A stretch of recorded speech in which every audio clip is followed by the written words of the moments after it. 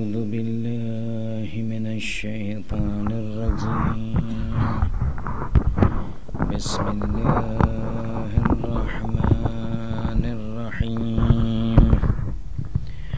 الحمد لله رب العالمين بارئ الخلائق أجمعين وباعث الأنبياء والمرسلين الذي بعد فلا يرى وقرب فشهد النجوى تبارك وتعالى. ثم الصلاة والسلام والتحية والإكرام على خاتم النبيين والسيد المرسلين والشفيع المذنبين الرسول المؤيد والنبي الممجد المصطفى الأمجد أبي القاسم محمد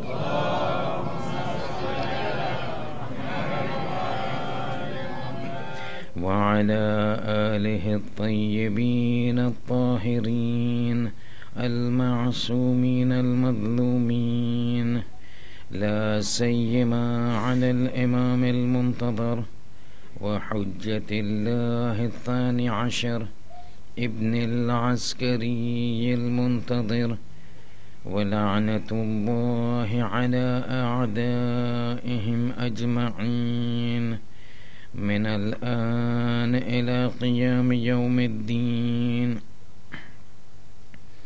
أما بعد، فإن الله الصادق العليم قال في كتابه الكريم القرآن الحكيم: بسم الله الرحمن الرحيم. بقية الله خير لكم إن كنتم مؤمنين. صلوات اللهم صل على محمد وآل محمد. Brothers and sisters, Assalamu alaikum wa rahmatullahi wa barakatuh. Quickly and rapidly, we're moving towards the end of our series. The night of the 9th of the month of Muharram. Tomorrow the night of Ashura. And then the times of Masaib, the night for the ziyarat, and then inshallah take your leave. Baqiyatullahi khayrun lakum in kuntum mu'mineen. If you realize, for the last 8 nights that I've been reciting this verse at the start of the lecture, I have desisted and I have refrained from giving the translation or even speaking about the verse. That is up to tonight. But tonight I will speak a little on this verse, because this verse has got a very intricate relationship with those very first words that will be uttered by the 12th Imam when he announces his official commencement of the campaign to rid this world of persecution and oppression and injustice, and replace it and fill it with equality and justice and peace, the global mission of peace. Verse number 86, Surah Hud, and Allah says, Baqiyatullahi khayrul lakum in kuntum mu'mineen. Baqiyatullah, the remains of Allah, khayrul lakum, is good for you, is very good for you, in kuntum mu'mineen, if you believe in me, if you trust me, if you think what I'm saying is true, then understand what I'm leaving behind for you is good for you. Tradition says, and we have reached the point, the month of Ramadan, the announcement comes, Ja al-haq wa zahaq al-batil, inna al-batila kana zahuqa. Truth has come, falsehood will vanquish, falsehood definitely is bound to be vanquished. At that time, the announcement of the reappearance takes place. In the month of Muharram, the 10th of Muharram, on a Friday, in the Masjidul Haram, Imam officially announces his campaign. And tradition says, tradition of the 6th Imam, says, I'm informing you, إِذَا كَانَ الْقَائِمُ مُسْنِدٌ ظَهْرَهُ إِلَى الْبَيْتِ, that you will find, I'm informing you. We have discussed this, but I'm taking this forward now, that you will find that the Imam, when he's announcing his reappearance, will do his reappearance in Mecca with his back touching the Kaaba, and then he will come out in his speech. Tradition says the very first verses that the Imam will speak out would be this: Baqiyatullahi khayrul lakum in kuntum mu'minin ya ma'ashar al-ins. O people of the world, understand, ana baqiyatullahi fi ardih wa ana khalifatuhu fil ard. Saying, I am that servant of God whom he has regarded as the baqiyatullah, and I am that creation of God who is the khalifa upon the earth. Why does he say this? There is a reason, and this entire khutbah that he will give, because when he starts speaking in Masjidul Haram, you realize events that have taken place just before his announcement of commencement of the mission of global reformation. He sent the Nafs Zakiya 15 days prior to the 10th of Muharram, somewhere around the 25th, 26th of Dhul Hijjah.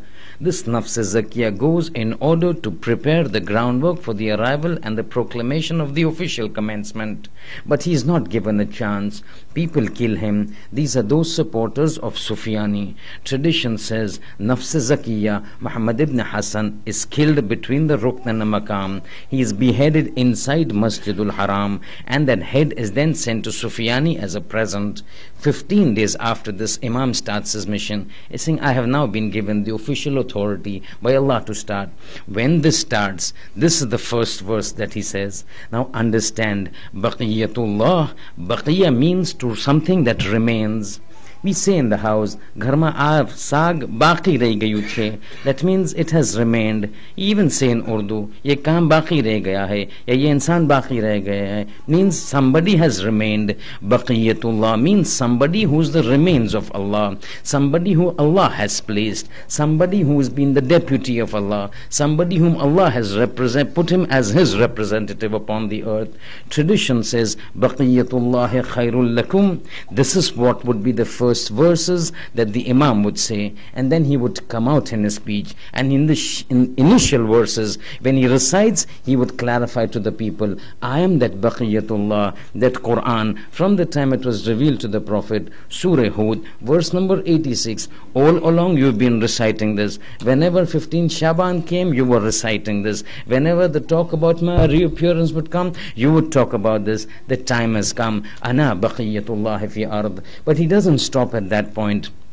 Tradition, and this tradition is an amalgamation of the tradition of the 5th Imam, Imam Baqir, and the 6th Imam, Sadiq Ali Muhammad Ja'far ibn Muhammad as-Sadiq alayhi salatu wassalam. This tradition says that when he starts, not only will he say Ana Baqiyatullah fi ard, but he will also say Ana Khalifatullah fi ard. I am the Khalifa of Allah upon the earth. You realize, you know, the start of the creation, at the time when the angels were created, at the time when the jinn was created, at the time the world was created, and now was the time to create humans. That was the time Allah turns to the angels and says, Inni ja'ilun fil ard khalifa. I am going to create a representative of mine upon this earth. All the other creations have been created, but now the ashraful makhluqat needs to be created. The best of my creation needs to be created. My khalifa needs to be created. My representative, my deputy, my vice regent needs to be created. Inni ja'ilun fil ardi khalifa. I'm going to make my khalifa upon the earth. And that was the time Hadrat Adam was created. Here in the sentences of the initial sentences of his speech, the very first speech, this Messiah Messiah who has been awaited for millenniums, when he utters out, he says, I am that same Khalifa that Allah mentioned, Inni ja'ilun fil ardi Khalifa.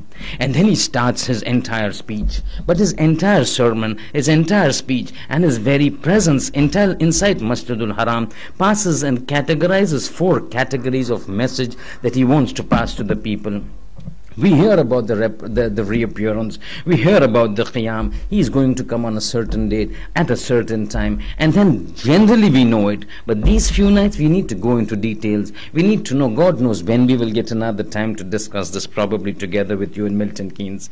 But these are those little things that we need to understand. What will happen? What is the objective? How does he start? We need to know all this. If we don't know it, we know we've heard it before at our own peril. But here, he classifies, and if you look at the speech that was given, the khutbah that was given, it passes certain very important messages that preempt certain events that will take place, which is in the knowledge of the Imam. That means these messages that come in the khutbah have intentionally been stated out. The concepts that are stated in this khutbah have been intentionally selected to preempt and offset certain events that Imam knew would take place. What were those events? What are these sentences? Tonight we are going to hear. So when he starts speaking, one of the first things that you realize that has happened is that Imam is now in Masjidul Haram, and numerous traditions state that when he will come up in Masjidul Haram. In that there is no doubt. In that there is no skepticism whatsoever. It has been clarified. His zuhur takes place in Medina. His start of his campaign takes place in Masjidul Haram. But do you realize the events that took place, the link that I showed to you? He was in Medina when Sufyan sent his army towards Medina. Upon the ruling and the orders of Allah, he moves to Makkah. And then the Sufyani's army goes to Medina. They don't find him, they follow him in Makkah. That incident takes place between Makkah and Medina. Now Imam comes back to Medina. He comes back to Medina after the failure of the army of Sufyani and the destruction of the army of the Sufyani at the hands of by the means of the wrath of Allah.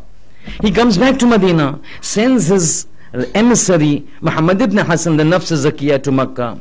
He goes there, he gets killed. Now Imam goes again from Medina to Makkah, and there makes his announcement. What is the need from going from here to there? Nothing in the plan of God is ad hoc. Nothing takes place ad hoc. That nothing takes place on a random basis. Everything is calculated and based on a certain ideology, philosophy, objective, and a goal. Why was the need to move so much? Why was the need to keep back to Medina and then come back to Makkah? He could have started his campaign in Medina itself, where his announcement was done. So in the month of Ramadan, 23rd, the sound came out, the voice came out, the announcement comes that he has appeared. He at that time, after a few days, he could have announced the commencement of his campaign in Medina itself. What was the need to come to Makkah? The need to come to Makkah was this. Exactly the same thing as the need for Hussein to write his wasiyah to Muhammad ibn Hanafiya. You know what Hussein did? You see, when I tell you that intricate relationship between Hussein and Imam Mahdi, this is what it is. Small things you find.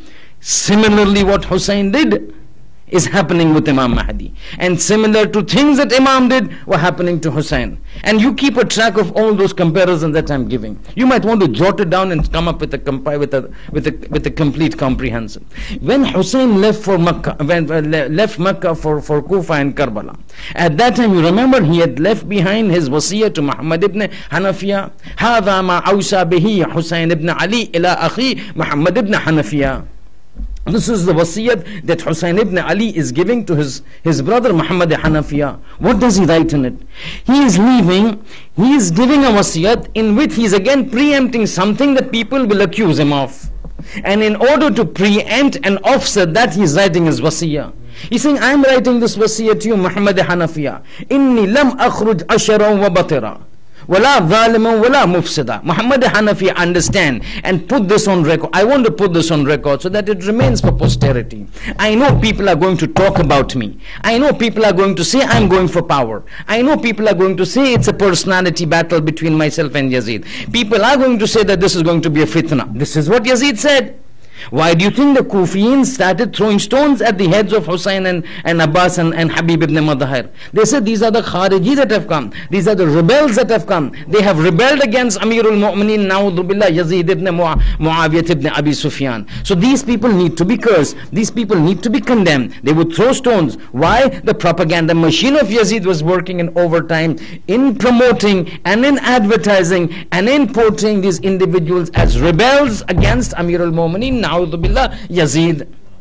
In order to offset that, Hussein says, I know this is going to happen. I know these accusations are coming to me. I know it would come that Hussein stood up to create fitna in the community. Hussein stood up to do dhulm to the community. Hussein stood up so that he wanted power. Before going, he writes to Muhammad Hanafiya. He says, keep it so that when those accusations come, show them that before leaving, I want to put the objectives for which I am leaving. Inni lam akhruj ashran. I am not leaving as a sharir, as a shurur, for creating mischief. Inni lam akhruj ashran wala batira wala zalima wala mufsida. I am not here to create dissensions amongst the community. Innama akhruj, I am leaving li talab al islah fi ummat jaddi Rasulullah. I am leaving so that I can create the islah. I can reform the ummat of the Rasulullah, which is now being controlled by Yazid. Same thing is taking place over here. Here Imam is rising. He is coming on a mission of global reformation, a global reformation towards peace and equality, and he knows it. When he comes, people will start opposing him. People will start accusing him. Before that, in order to preempt, he's launched this. This is the plan of God. He says, I'm not going to start in Medina. I'm going to start in Makkah, where the actual Tawheed started. And there in Masjidul Haram, Quran says Masjidul Haram, and I have indicated to you, we have talked about in our previous Majalis, that the Kaaba at that time was also considered together. There were certain places and certain months which were considered sacred. When we were talking about Abdullah ibn Zubair, Kaaba has always been considered, Masjidul Haram has always been considered. Quran has stated it, man dakhalahu kana amina. Whoever enters into Masjidul Haram is safe. Imam Mahdi, when he starts his campaign, he will not start in Medina. He says, I'm going to start in the same place that my Lord has declared as a place of and security, a place of peace and safety, to signify my mission is not a mission of oppression. My mission is not a mission of dictatorship. My mission is not a mission of violence and extremism. It is in fact to the contrary. My mission is to eliminate extremism. My mission is to eliminate violence. My mission is to eliminate persecution. Let not people misunderstand. That is why I am going to start. Sixth Imam says, Musnado dhaharhu ila Kaaba, touching the Kaaba, and says, between me and this place of there is no difference. As people are safe with this Kaaba and inside Masjidul Haram, if they follow the divine ideologies, they will be safe with me. This is a very different campaign as opposed to the campaign of Sufyani. When this moves on, then he starts talking, and then his speech can be categorized into three things. And each of this has a certain meaning, has a certain objective, which we will hear. First, he talks about his relationship to the to the prophets.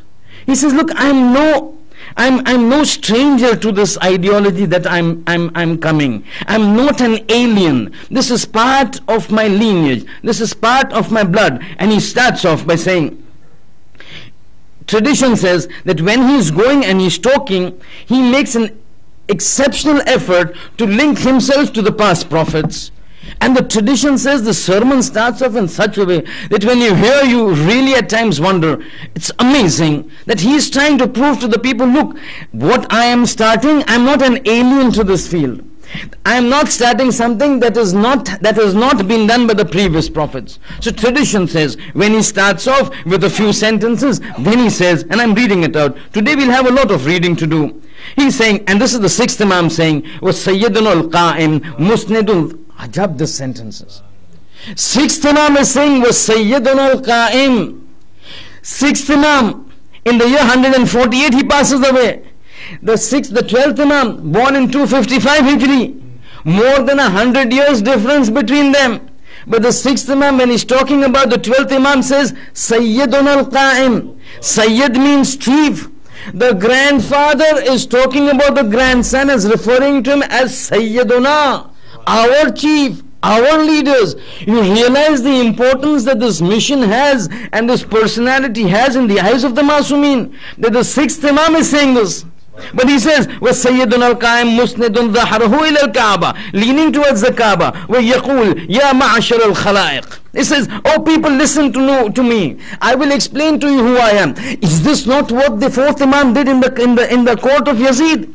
When he first started, what did he say? I'm not going to speak what I want to speak, because then you will not know who I am. First, let me tell you who I am. Let me introduce myself. Let me show you my lineage. Let me show you the nobility of my forefathers. Then you will know and understand what I'm talking is veracity. What I'm talking is truth. What is talking is emphatic haqq. Then you will understand. Similarly over here, the 12th Imam says, Ya ma'ashar al-khalaik, ala wa man arada an yandura ila Adam wa Shays, فَأَنَا هَا ذَلِكَ آدَمْ وَشَيْث. Whoever wants to look at Adam and his representative Shayth, look at me, for I am that Adam and Shayth. أَلَا وَمَنْ أَرَادَ أَن يَنْظُرَ إِلَى نُوحٍ وَوَلَدِهِ سَامٍ فَهَا أَنَا ذَلِكَ نُوحٍ وَوَلَدُهُ Sam. Saying, whoever wishes to look at Nuh and look at Sam, I am that Nuh and Sam. Then he says, whoever wishes to see Musa and his representative Yosha, he has to look at me. I am that Musa, I am that Yosha. Whoever wishes to see Isa and his representative Shamun, فَهَا أَنَا ذَلِكَ عِيسَى وَشَمْعُونَ, I am that Isa and Shamun. Whoever wishes to see Ali and Muhammad, look at me, for I am that Ali and I am that Muhammad. Whoever wishes to see Hassan and Hussein, I am that Hassan, I am that Hussein. And then he utters the final sentence. He says, أَلَا وَمَنْ أَرَادَ أَن يَنْظُرَ إِلَى تِسْعَةِ الْمَعْصُومِينَ بعد الحسين, whoever wishes to see the 9 Imams after Hussein, فَهَا أَنَا ذَلِكَ تِسْعَةُ الْمَعْصُومِينَ.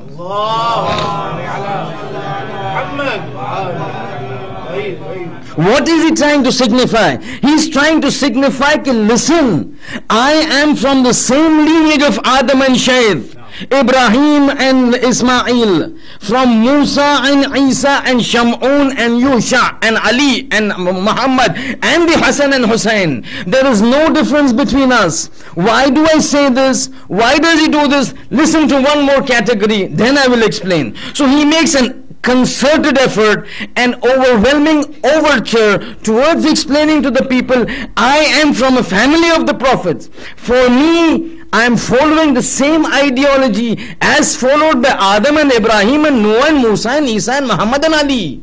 Between my ideology and their ideology, there is no difference. Between my thinking and their thinking, there is no difference. Whoever they would clash with, no. The category of the people that they would clash with, I will clash with the same category of the people. I am not talking about the same people. I'm not talking about people Sufyani being Fir'aun. I'm not talking about personalities being same. I'm talking about the ideology. Whatever ideology was opposed by Adam and Ibrahim and Nuh and Musa, the same ideology I will oppose. And whatever ideology they follow, I will follow. And make concerted effort.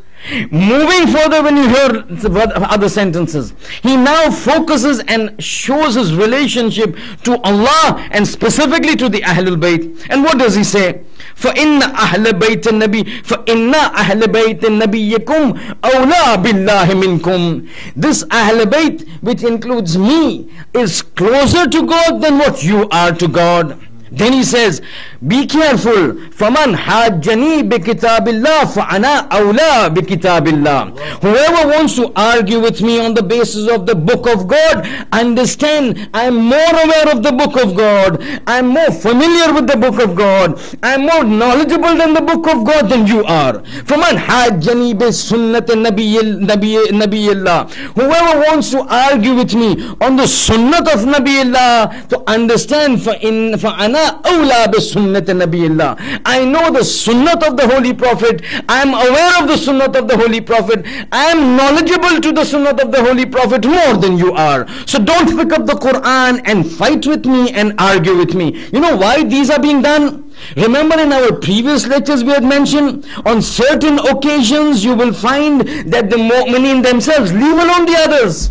Even the mu'mineen themselves would come up against the Imam and they would say, you are not the Imam, we reject you. The very same moment, Allahumma ajjil li waliyikal faraj would turn against him. And we gave you indication on what patterns and on what parameters they would turn against. To offset that, Imam says this, look at my lineage, look at the ideology that I follow, look at my relation to Allah, look at my understanding of the Quran, look at my following of the Sunnah. Don't dare come and stand before me. The reason this is important is, and people make a mistake, is they try to think attitudes and strategies need to be constant right throughout the time, which is very incorrect. You can't use the same strategies all throughout time. Changing circumstances demand change in strategies. Changing circumstances demand change in strategies. So you had Hassan, he had to do sulh with Muawiyah. He had to accept the sulh of Muawiyah, which was promoted by Muawiyah. But Hussein comes, he says, no, there is no sulh. Situations change, strategies change. So one brother decides to do sulh. Immediately after him, the other brother says, no sulh, I will come to Karbala. But immediately after Karbala, you have Sajjad. Sajjad says, no sulh, no battle. I will do jihad by means of dua, Sahifa Kamila. Changing parameters, changing circumstances, changing strategies. Where we will make a mistake is, we want to run and understand every situation by the same yardstick. This is where we might go against the Imam. Here the Imam wants to say, don't look at personalities, don't look at what is the way the strategies are working out. Try to understand the situation. Whatever I do, accept it. Whatever I say, accept it. You have no option, because when I come, it's going to be my way or the highway. And then the third part of his actual speech, when he comes out and gives a final warning, he says, Fallah, Allah. He said, whenever you hear this word in the traditions, Allah, Allah, in the Arabic text, in the colloquial text, this signifies on alert, be careful. What I'm saying is going to be very important, very significant, care, alert, red light. He's saying, for Allah, Allah, Fina, be careful about us. Fina, the Ahlul Bayt. Be alert, be wary, be careful how you deal with us. La takhdhuluna, do not abandon us. Wansuruna, help us, cooperate with us. Because in helping us and not forsaking us, in cooperating with us and not abandoning us, in assisting us and not leaving us alone is where lies your deliverance. Your deliverance, not my deliverance. For him, he is come with the power of God, the divine power to bring about the revolution that is prophesied in the Quran. Either we accept it or we say the Quran is incorrect. Na'udhu billah. So he is coming with the power. It is for us, if we are at that time. And if we are not at that time, keep saying, فَيَا لَيْتَنِي كُنْتُ مَعَكُمْ فَأَفُوزَ مَعَكُمْ. Keep desiring to be there. Keep reciting dua ahad. This is the reason it has been said. Tomorrow, day after tomorrow, we are going to recite Ziyarat Ashura. What do we say? What do we say? We say, أَن يَرْزُقَنِي طَلَبَ ثَارِي مَعَ إِمَامٍ مَحْدِيٍّ. We want to be part of that revolution in which the Imam avenges the death of Hussein ibn Ali. And we want to be part of this global revolution which converts this persecution and tyranny into this world and converts it into peace. This is the demand. Tradition says people who desire, people who've been desirous, people who've been coveting to be part of this journey and of this mission, go into the grave, angels will come to the grave and say, Qum, stand up my friend. You've been wanting to come, join this mission. The man has come and join them. This is not the time, this is not the occasion. I don't think I will reach that point. But when sometimes I discuss about Raj'at, when we discuss about this concept of Rajat, I will tell you with the names, how, things, people would come up, join the army of the Imam and then face Shahadat. But that's a different story. That's a different incident. That's a different concept. But over here the Imam is saying, La takhdhuluna, do not forsake us. Wansuruna, not for our benefit, for your benefit. Listen to this incident. He doesn't need our help. He's got enough help from God. But listen to this. A certain time in a certain region, there was a lady. That lady was a Sayyidah in the family of the Holy Prophet. The husband dies, small children, 2 small children. People, she's worried, who will take care of me? My husband has passed away. So two grocers in the neighborhood, they decided to do takaful. They said, we will take care of this family. So they said, 15 days you take items from my shop. The other says, 15 days you take items from my shop. Alhamdulillah, things got sorted out. 15 days this person would give her the livelihood. 15 days the other person would give the livelihood. Days passed till one day. This person's turn, 15 days passed. She took the items from him. Now is the term for the other person. Unfortunately, at that time, he was facing a financial problem. So he comes and tells this lady, look, I'm extremely sorry, but I'm not able to help you this time. I'm in a financial mess. So why don't you go to that person and request him to take care of you for another 15 days. Now hesitating, she goes to him saying, look, I know you've helped me for 15 days, but that person is having a problem and he's requested if you can help out for 15 days. As soon as he hears this, he flies into a rage. What do you think? Have I taken full responsibility of you? How am I supposed to take care of you for the whole month? If he's not able to do, why are you coming back? I've just finished my quota and blah blah, fulah, whatever he said. Hurt, depressed, injured psychologically, tears in her eyes, she comes back to her house. That night she goes to sleep. That night that man goes to sleep. That night this man goes to sleep. This person, when he goes to sleep in the middle of the night, we're talking about old times, Iraq, where the lanes were very narrow, lighting was very dark, illumination was not there. This person, this grocer, goes to sleep. At night, midnight, somebody knocks at the door. He opens the door slowly. At times, midnight, who's there? In olden days, a couple of hours after Maghrib, everybody's in their houses. You know that incident where Bibi Fatima was supposed to be taken away for burial. After a couple of hours after Maghrib, it's all finished. It's not like today. Midnight, somebody knocks at the door. This grocer opens the door, worried, 12 o'clock at night, midnight, who's there? Opens the door, looks around, doesn't see anybody. Across the street, away from the light, in the darkness, he sees a silhouette. He's saying, did you knock at the door? So the person across the street says, yes. He says, do you have any work? Can I help you? He's saying, no, I've just come to give you an information. He's saying, information, middle of the night, in this darkness, what is it? He's saying, I just want to pass an information to you. He's saying, what is it? He's saying, understand, we are so capable of taking care of our own children. This lady that you today torrented and you abused and you humiliated her, understand, she's my child. And we are so capable of taking care of a child. The only thing that we want to do is we want to give you an opportunity so that you can get salvation in the hereafter. It is not difficult for me to take care of my daughter. But we want to give you an opportunity, my friend, that the mess ups that you do in your life, at least by means of this you secure your akhirat. Tap, the man goes away. So when it comes to this 12th Imam, when he says, La takhdhuluna wansuruna, it is for us. Saying, you help me, you don't help me, I am going to be successful.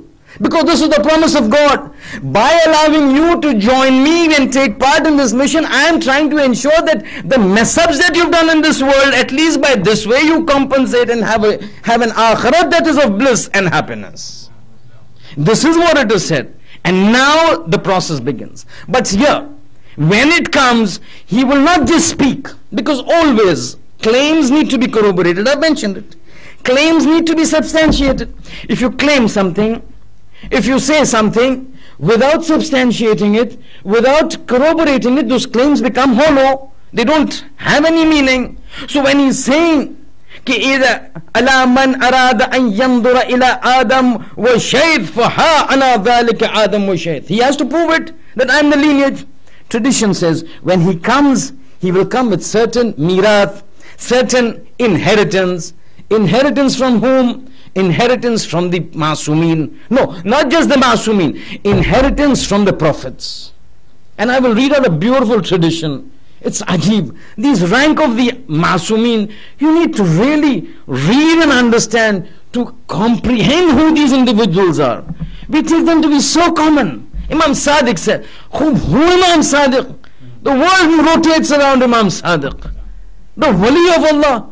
Imam Sadiq said this without understanding. But listen, tradition says when he comes and this incident takes place, Just one little point. When this happens and he's speaking out, he finishes his khutbah. When he finishes his khutbah, the tradition of the fifth Imam, Imam says, as soon as he finishes his khutbah, Allah will make arrangements for those 313 people to reach him. That itself is another story. If I were to just talk about these 313 people, 1 hour, 15 minutes at the minimum, at the speed I'm going. If I go a little slower, an hour and 30 minutes, only for the 313. But there have been so many people who've been asking me about 313. I cannot talk about the 313 in the entire discussion. It is not possible, because I will just move outside my topic and I will not finish. But you see, there is some in Gujarati we call kohniye god. The elders would know, the youngsters would not know. When children make a big issue that they want to eat sweet, they want to eat something sweet, chocolate or something, and they are not supposed to be eating either because their health, it is detriment to their health. This is a Gujarati metaphor, kohniye god. That means you add sweet to the elbows. What is it coming from? It comes from this fact. Somebody is insisting he wants something. A child insists, I want a sweet. The mother says, no, it's harmful for you. So, no, I want it. It is harmful for you. I want it. I want it. Cry, cry. He's saying, bas, I'll give you. So what does she do? It's a metaphor. Don't take it literally. It means something else, which I will just tell you. The mother takes the elbow and rubs some sweet on it, and he says, bas, I've given you the sweet. Now eat it. This sweet has been given to him on the elbow. He says, now you sit and eat. He sits in the corner. Half an hour, he'll try to lick. He will never be able to lick. He stops crying because he realizes, okay, his mother has given him some sweet. But he's never able to eat it because you cannot lick your elbow. Don't try it here. Try it at home. But you'll never be able to lick the elbow. So he stops crying because he feels his mother is given. But the mother is happy because this person cannot get the sweet. This is a metaphor in Gujarati. So, kohniye god. I will do something of this sort tomorrow. I will talk about 313, that you will be satisfied I've spoken, but it will still not be a completion. Sallu ala Muhammadin wa ala.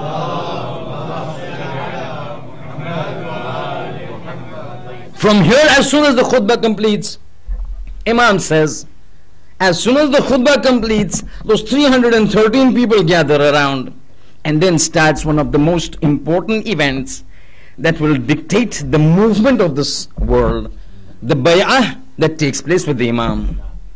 Because that is the first part of an Islamic allegiance, the bay'ah. It's not just hugging and saying, oh, welcome, ahlan masahlan. It is a bay'at which is an official declaration of support. And when this khutbah finishes, and those 313 top grade people on whom this entire program is based on, and which despite having thousands of scholars, Imam still does not have those 313. Ajab this is. And millions of Shias, he still not picked up those 313. Amazing, isn't it? Millions of people, Shias claiming, Allahumma ajil walikal faraj. You come, I will kill myself for you. You can't find 313, but that's a different issue. The 313 gather together and the bay'at starts. But this bay'at is not an ordinary bay'at. This bay'at is not going to be an ordinary bay'at. This is going to be a bay'at that is an extraordinary bay'at. Bay'at means what? To pledge allegiance. That means you tell somebody, I am willing to support you in life and death because the ideology that you harbor is the same that I follow. You are a leader that is superior to me. I consider myself inferior to you. I will support you with my life and my wealth. This is what bay'at means. When this is there, this bay'at specifically, that is between and done to the Imam, the 12th Imam, is different because this is not going to be an earthly bay'at. This is going to be an earthly bay'at as well as a celestial bay'at. Bay'at of the earth and bay'at of the sama. Bay'at of the ard and bay'at of the sama. Why? Because tradition says, again the 5th Imam is saying, Inna awwala man yubaya'ul qa'im Jibreel alayhi salam. The first person who would do the bay'at of the 12th Imam will be Hadrat Jibreel, the Sayyidul Malaika, to signify, Ya Sayyidi, your mission is so important that I have been sent by God to assist you pledging in my capacity as the leader of the angels, with those millions of angels that are there, I'm placing myself and them at your disposal for this global revolution. Ajab, this is our... You realize how many angels we've got? One small incident, not an incident, a small statement. After the death of Hussein ibn Ali alayhi salam, and that qabr that was made, and the holy marqad, tradition says, the sixth Imam says, every day 70,000 angels are created by God. In this world you take time to get a child, 9 months. Over there it is kun fayakun. So kun and fayakun, 70,000 angels. 70,000 angels every day are created by God. These 70,000 angels come down from the skies, go to Karbala, do the ziyarat of Hussein, do the tawaf of the Zariya, return back, never to come again up to the day of judgment. From the time Hussein was martyred up to the day of judgment, every day 70,000 angels are created, go for the ziyarat, return back, no angel repeats the ziyarat. إن أول من يبايع القائم جبرائيل عليه السلام. Your Jibreel is coming and saying, all this power that is there at my disposal, in my capacity as the Sayyidul Malaika, I'm placing it at your disposal, O Sayyidi. And this is what he himself says. Ana awwal man yubayuka ya Sayyidi. Oh my master, I will be the first one, the leader of the skies, to do my bay'at to. And then tradition says, and understand, this is the heavenly bay'at. Then the people will start doing bay'at. And tradition says, how will the bay'at will take? There he is sitting near the Kaaba. On the right side, Jibreel is sitting. And as people come, Jibreel keeps calling out, Al-bay'atu lillah, Al-bay'atu lillah. Why bay'atu lillah? Because here, the bay'at that is done to Imam Mahdi, understand, every bay'at that is done to a divine representative of God is equivalent to the bay'at with Allah subhanahu wa ta'ala. Quran says, Innama, turning to the Holy Prophet, when he did bayat, Sulh Hudaybiyah, Innama yubayya'unaka, Innama yubayya'un Allah. Those who are doing bayat with you, O Prophet, in the Sulh Hudaybiyah, are doing bayat with me. And that is the reason, when everybody will come, each one comes forward to the Imam, there Jibreel sitting at the side, keeps calling out. Tradition says, wa yunadi Jibreel, al-bay'atu lillah, al-bay'atu lillah. Right now, you may think you're placing your hand in a man who is just similar to you in flesh and blood. In effect, it is not just this man. You're doing bay'at with Allah subhanahu wa ta'ala. But once this bay'at completes, and we need to go further, because this is not the end. Once the mission starts, there's a long list of things that the Imam will do. But you remember, in that khutbah that he was talking about, he did mention, I come from this lineage, I'm related to this prophet, I adhere to this prophet's ideology, this is the prophet who has inspired me. In my words, but this is what it means. When he comes, he will tell the people, it's not hollow words. I will come with proofs that will substantiate my claims.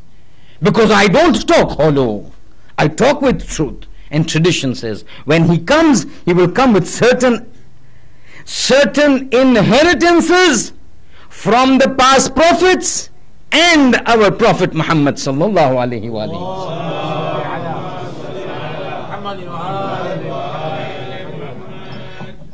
One of the inheritance, and quickly we're going because we're running short of time. Saying tradition says, when he comes, one of the things that he will come, one of the things that he will have in his possession, certain things which are very important, which were distinguishing features of certain past prophets. One of the things that he will have with him when the 12th Imam comes will be the ring of Sulaiman. Hadrat Sulaiman, the power that we had was contained in the ring. Look at this tradition. He said, today we have to read a lot of tradition. I don't want to speak something that people come and say, Sheikh, you're coming up with stories. This is the 6th Imam. You have any problem? Go and talk to the 6th Imam. وقال الصادق عليه السلام جعل الله عز وجل ملك سليمان في خاتمه. He's saying Allah has placed the power of Sulaiman in his ring. جعل الله عز وجل ملك سليمان في خاتمه, in his ring. فكان إذا لبسه, whenever he would wear it, حضرته الجن والإنس والشياطين وجميع الطير والوحش وأطاعوه فيقعدوا على كرسيه. Whenever he would wear his ring, the entire world of existence would become subservient to him. Here the tradition says, the jinn, the ins, the animals, the shayateen, the birds, everybody would come under him, under his control, obey his commands. To such an extent, even the winds would come under his command. We've discussed this. وَسَخَّرْنَا لَهُ الرِّيحَ, when we're talking about the wali. This was the power of Sulaiman. When Imam Mahdi comes, he will have that ring with him. This is from Sulaiman. Remember, he says, you want to look at anybody, look at me. He didn't mention Sulaiman. But when he talks about Ibrahim and Ismail and Ishaq and Musa and Isa, I mean Sulaiman is there. You want to see Sulaiman, look at me. You doubt? Here's the ring. Then he said, the tradition says, second thing when he will come will be the rock of Hazrat Musa. You know this rock? This rock is a history. Huh? It is not a rock of earth. It is a rock that was sent by Allah from Jannah. What was this rock? When Bani Israel were moving, remember we talked about those 12 springs? He was told when Bani Israel, I'm just cutting short so that we don't have a repetition. They're going, they're in trouble, they need water, there is no water. When Musa wanted water, what did we tell him? The Quran is saying, this is Quran, no? When Musa requested for water because the people had come to Musa, you are our prophet, we followed you, we followed your God, you brought us over here, we are in trouble, get us water. So he turns to God, you told me to come over here, they're coming to me, you give me water. So he says, فَضْرِبْ وَقُلْنَا اِضْرِبْ بِعَسَاكَ الْحَجَرَ. Take your staff, hit it on the rock. This was no ordinary rock. This was a rock that was sent from the heavens to Musa. When he hit it, springs began to flow. Imbajas. There are two ayats in the Quran. One says it came out in a trickle and then it gushed out 12 streams. When Imam will come, one of the things he will carry will be this rock. Tradition says, the rock of Musa. Remember he says, فَمَنْ أَرَادَ أَنْ يَنْظُرَ إِلَى مُوسَى فَهَا أَنَا ذَلِكَ مُوسَى. This is my proof. Another thing that he would carry with Musa would be the staff. Tradition said this staff was not an ordinary staff. Again, understand, things that are given to prophets are divine in nature. Sixth Imam says, this staff belonged to a stick from a branch in a tree from Jannah. That is the reason when you drop it, it becomes a snake and it nullifies the sorcery of the sorcerers. Comes to Musa. Then certain things that he would contain would be the Holy Prophet. Because then he says, فَمَنْ أَرَادَ أَنْ يَنْظُرَ إِلَى مُحَمَّدْ وَأَمِيرِ الْمُؤْمِنِينَ عَلِي فَأَنَا ذَلِكَ مُحَمَّدْ وَعَلِي. So I need to have to prove myself. Tradition says, one, he will carry the amama of the Holy Prophet. The amama of the Holy Prophet. It's no joke, huh? Carrying the amama of the Holy Prophet. Second thing that he would have would be the sword of the Holy Prophet. Third thing that he would have, the amama, the sword. In addition to that, tradition says, in the battle of Uhud, you remember an incident took place whereby a mal'oon comes and strikes the face of the Holy Prophet. As a result of it, he loses his tooth and there's a lot of bleeding. Tradition says,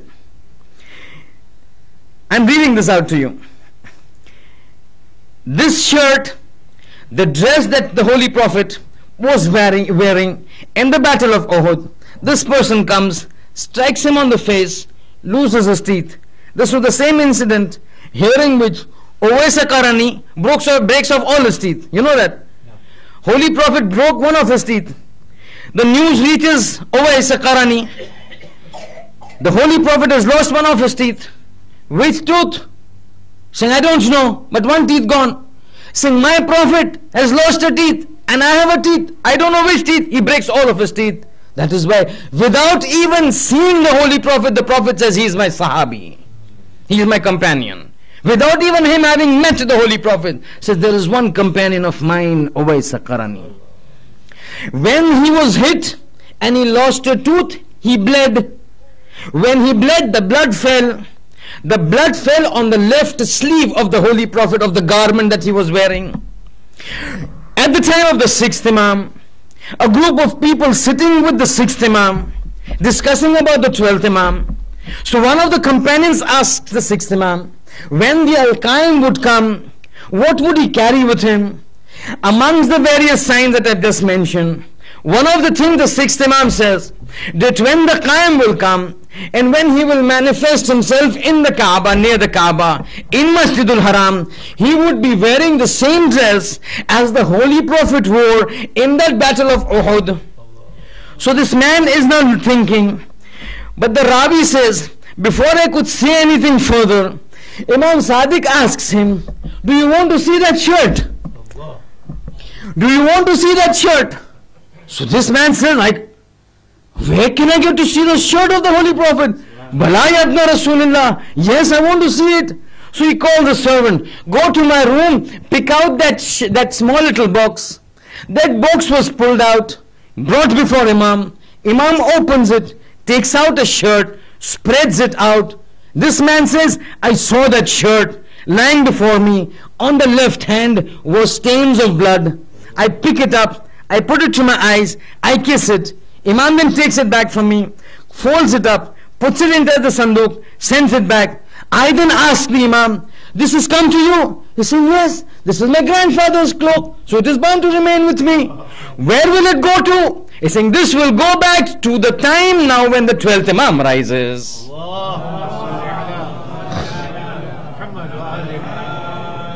And then he says a sentence, ajab sentence this is. Ajab sentence to understand the importance of the Ahlul Bayt. 6th Imam is saying, ثُمَّ قَالَ, the Ravi says, then the 6th Imam says, كُلُّ نَبِيٍّ وَرَثَ عِلْمًا أَوْ غَيْرَهُ فَقَدْ إِنْتَهَا إِلَىٰ آلِ مُحَمَّدٍ. Whatever any of the prophets inherited or possessed or had that distinguished him from others in his community at that point of time would eventually end up at the hands of Ali Muhammad. Who is the final representative of the Ali Muhammad? None other than your Imam and my Imam, Hujjat ibn al-Hasan al-Askari, Ajjalallahu ta'ala farqih. These are the things that he would bring to corroborate to the people, to prove to the people, when I tell you that I am that Nuh and Sam, and I am that Muhammad and Ali. These words are not hollow. They have a truth to it. They have a reality to it. Lot of things remain. Inshallah, we will continue tomorrow and then the Messiah. But the point is that in all of these situations, the thing that becomes important is how much is our adherence and liking towards the Ahlul Bayt. And in our times, more specifically towards the 12th Imam. If we keep claiming that we want to be part of this group, we want to be part of this global revolution of peace and prosperity and equity, we want to be there, we love him so much, we will do this, we will do that, but we just cannot even take out our khums. This means that our claims are not being corroborated. In order to prove something, we need to corroborate, like they did in Karbala. So, Imam, we cannot leave you. What is your claim? We will die with you.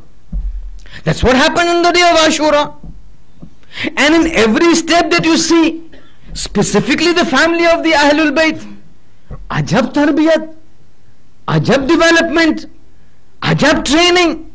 Whether you look at 7-8-year-old children, whether you look at 13-year-old children, whether you look at somebody like Ali Akbar, I mean, the ma'rifat that they had, it's inconceivable for us. How can the Imam Hussain alayhi salam going from Makkah towards Kufa, in the middle they pitch tents, his eyes just close for a few minutes, he gets up, inna lillah wa inna ilayhi raji'un. Akbar was beside him. This is called istirja. To recite this is called istirja. Saying, Baba, what is this time that you recited istirja? There was no occasion for it to recite Inna Lillah. He's saying, son, you don't know. I was sleeping for the duration that my eyes closed. I saw somebody saying, this caravan is going in front, but death is following this caravan. As soon as the talk of death came, I recited Inna Lillah. I recited Inna Lillah. So Akbar asks him, Alasna alal ahaq? Are we not on the truth? So Imam says, Balaya banaya. Sure, my son. Saying, then I don't care whether death comes to me or I come to death. Look at the training. Look at the tarbiyat. This is a boy in his prime of his youth. Look at myself and my children. I'm not talking about you. Myself and my children. When I was young and my son is young, do you think we could expect our sons of that prime youth who are involved in so many things of this world? Not that I'm saying our sons are involved, but normally in today's world, what does a youth get involved with? Friends, hanging out, Google Hangouts, movies, fulan. But look at this ma'rifat. The Kafla reaches Karbala. The 2nd of Muharram comes, they enter Karbala, 2nd, 3rd, 4th, the night of Ashura. As the night of Ashura comes, you know this Akbar who is he, na? Before I go, let me explain who is Akbar. Akbar is one person in the family of the Holy Prophet who is most in resemblance to the Holy Prophet, either in looks, or in behavior, or in talk, or in speech. To such an extent that when people would think about the Holy Prophet and would miss him, they would say, Aina Ali Akbar? Where is Ali Akbar? We are missing the Holy Prophet. Akbar, come bana, we want to listen to you. The night of Ashura finishes, the day is about to come, the morning namaz, the subh time comes, Hussein has his own muazzin. Karbala, he's got his own muazzin. Every day that muazzin decides, today Hussein says no. Aina Akbar? Aina Akbar? Where is Ali Akbar? Ali Akbar come. He comes to the father and says, yes Baba, what is it? Hussein says, Akbar, today I want you to recite the Adhan. Today I'm missing my grandfather too much. Because I know what is going to happen in a few hours from now. I'm really missing my grandfather. Akbar, you recite the Adhan. Akbar comes, faces the Qibla, starts the Adhan. Allahu Akbar, Allahu Akbar. Are the lahja, the accent, the sound of the Holy Prophet reverberates in the deserts of Karbala. The sound of the Holy Prophet reaches the tent. Zainab is there, sitting on the prayer mat. As soon as she hears the accent of the Holy Prophet, she gets up, turns towards Medina. Oh my Nana! Oh my Nana! The Adhan is recited, the namaz is recited, and then the battle begins. In the first wave of the attack, half of Hussein's army killed. Half of Hussein's army killed. Then his companions get killed. The time comes for Bani Hashim. According to certain traditions, Ali Akbar was the first person from Bani Hashim to go. According to certain traditions, he was the last. I will recite based on this first one. Hussein says, Akbar, you will go into the battle first from Bani Hashim. I want to be the first person to taste the pangs of losing one's son. And a son like you, Akbar, who is so similar to the Prophet that people call you when they miss the Prophet. Akbar goes onto the horse. He takes permission from everybody, goes onto the horse. He's moving towards the battlefield. As he's moving towards the battlefield, about to gallop, he hears some sound coming from behind. He looks behind, what does he see?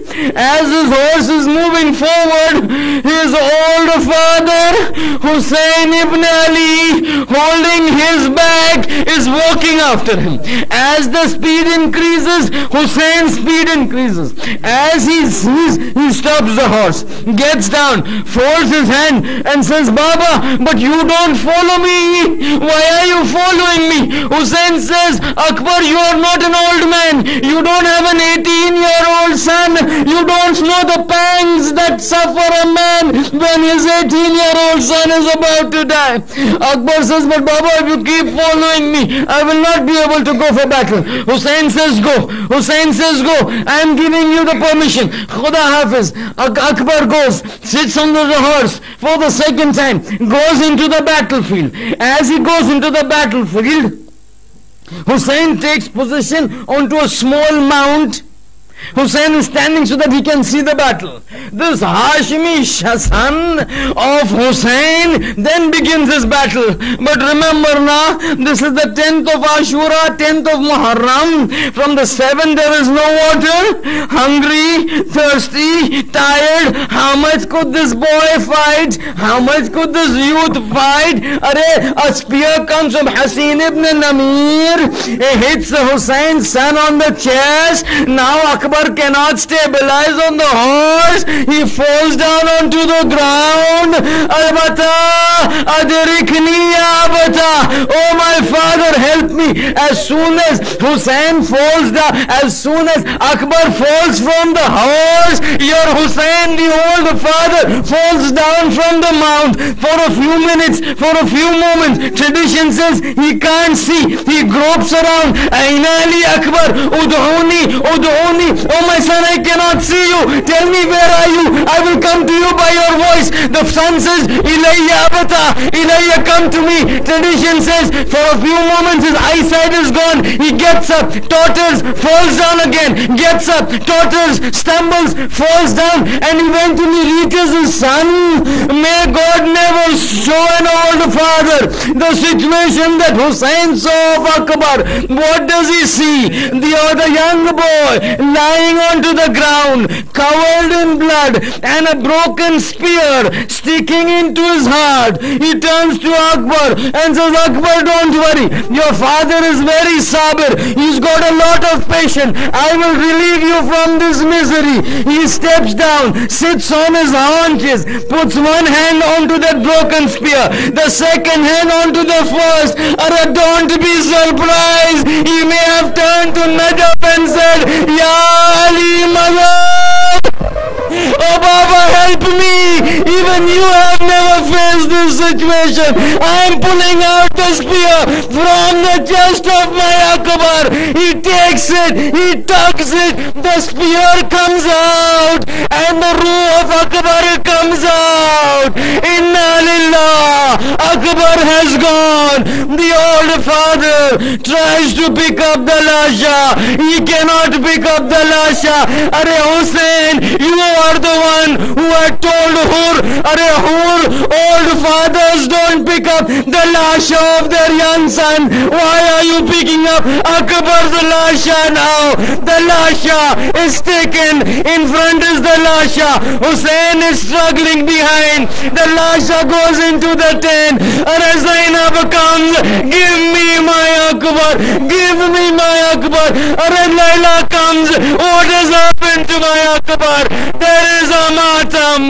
The baby started crying. Wa Akbara, wa Aliya, wa Musibata. Inna lillahi wa inna ilayhi raji'un. Wa sayalamu alladhina zalamu ayya munqalib yanqalibun.